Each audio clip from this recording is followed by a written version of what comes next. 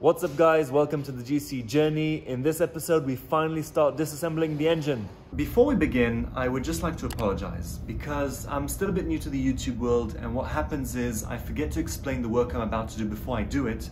I just get so excited, I set a camera up and I go to work. If you've seen some of my videos, then I record the commentary separately and then I paste it over the footage. So also because I'm not very good at working and talking at the same time. And now with the removal of the engine and the cleaning of the engine bay, I got so excited that I barely remembered to say anything, and so I was either working on the car or filming one of my friends working on the car. So the reason I'm telling you all of this is because I felt like I really wanted to explain all the work that's being done to the car, and so I will again be commentating on these videos, but I promise to improve in future videos. And for now, I hope you enjoy these next few episodes, and so let's get to it. Right, so here I am with my friends at Special Performance, excited like a child. Started disconnecting a few things like the top mount intercooler, battery, starter motor, etc. Drain fluids like coolant and engine oil. At some point, my friends had enough of me messing about and taking forever, so they took charge of the work.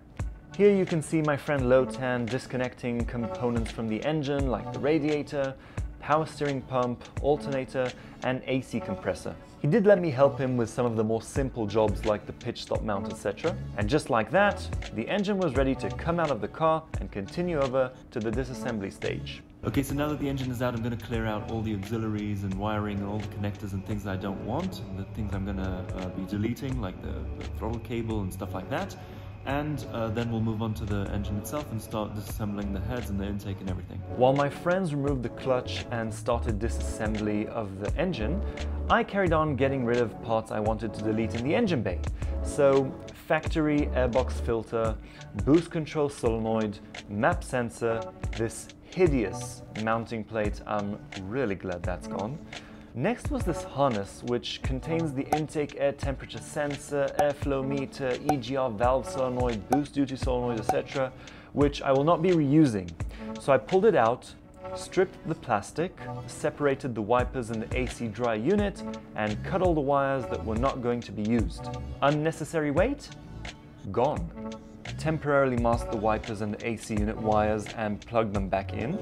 Meanwhile, in long block land, my good friend Lotan was stripping the engine from everything else. Progress was going fine, apart from this crank sensor that simply crumbled while I tried to remove it. And here you can see the confusion on my face when it happened, like one of those cats dropping its toy in a place it can't reach. Eventually, I managed to get it out with a flathead screwdriver and a pair of needle nose pliers.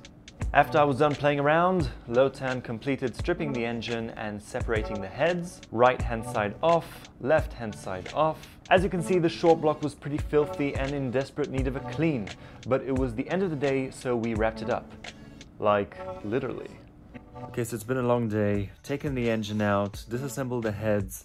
We have a few more things to do before we can send them to get built and everything. Anyway, we've done most of the work today.